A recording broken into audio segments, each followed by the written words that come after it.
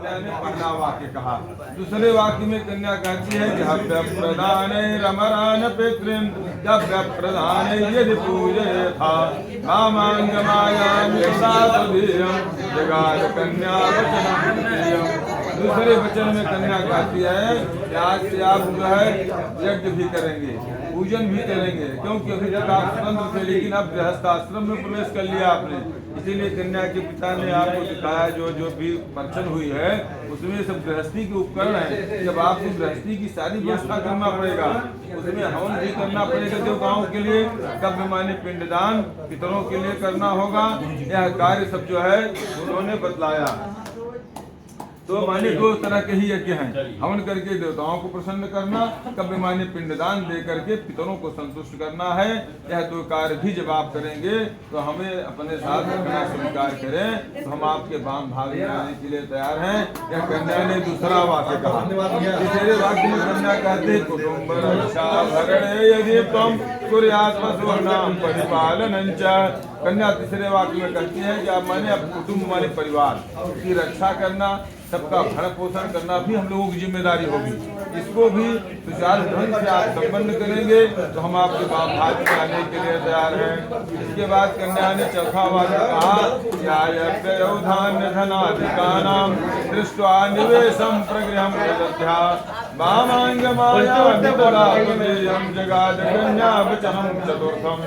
चौथे वाक्य में कन्या कहती है कि अब गृहस्थी में आपके पास जो आय होगी और जो व्यय होगा, माने जो आप नौकरी सर्विस कहीं जो कमा करके लाएंगे उसको उचित रूप से खर्च करना और संचित करके रखना, इसमें भी सलाह लेना आवश्यक होगी। क्यों नहीं, ऐसा नहीं है, उसको उचित परिवार का भरण पोषण करने के बाद जो बचेगा उसको संचित करके रखना भी होगा, क्योंकि कभी भविष्य में आपकी आमदनी बंद हो गई तो जब आप रखे रहेंगे तो काम देगा। इसलिए कहा गया है कि रखना और रखना चाहिए।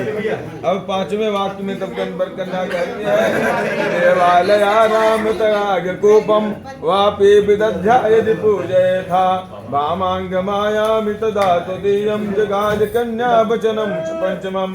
पांचवें वाक्य में कन्या कहती है जब आप संचित करके धन रखेंगे तो उससे क्या करेंगे, धर्म के कार्य करेंगे, परिवार का भरण पोषण करेंगे, तो जो बचा उसको संचित करके रखेंगे। फिर आप देवालय बनवाएंगे, माने मंदिर, कुआं, बाग, तालाब। अपने जीवन में तो आपने अपने लिए बहुत काम किया, लेकिन चौथे में कुछ धर्म भी करना चाहिए। तो धार्मिक कार्य जो करेंगे उसकी पूजा प्रतिष्ठा जो आप करेंगे, मंदिर बनवाएंगे, कुआं बनवाएंगे, तालाब बनवाएंगे, उसकी प्रतिष्ठा भी करेंगे भगवान की, तो अभी आप अपने साथ हमको रक्तदान करना स्वीकार करें, तब हम आपके वाम भाग में आने के लिए तैयार हैं।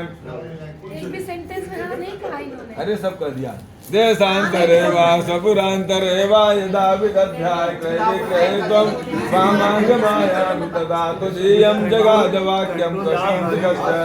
छठवें वाक्य में कन्या कहती है कि इसके बाद आप देश में अथवा विदेश में कहीं जाकर के व्यापार करेंगे अथवा नौकरी करेंगे, उसमें भी जो आपकी आमदनी होगी उसमें भी आप सलाह लेंगे। अभी नहीं कि हम जा रहे हैं भैया, हम जहाँ जाए तो मतलब नहीं है ना, कहीं जाने से पहले सलाह लेना पड़ता है। जैसे अभी तक आप अपने माता पिता पूछते थे ना मैं इलाहाबाद जाऊँ कि नहीं जाऊँ, उसी तरह से माने बड़ों के साथ पत्नी की भी सहभागिता होती है, तो सलाह करके जाना। हो सकता है आप गलत स्थान पर जा रहे हो या गलत विचार हो, तो उसमें अगर सलाह लेंगे तो सुधार हो सकता है।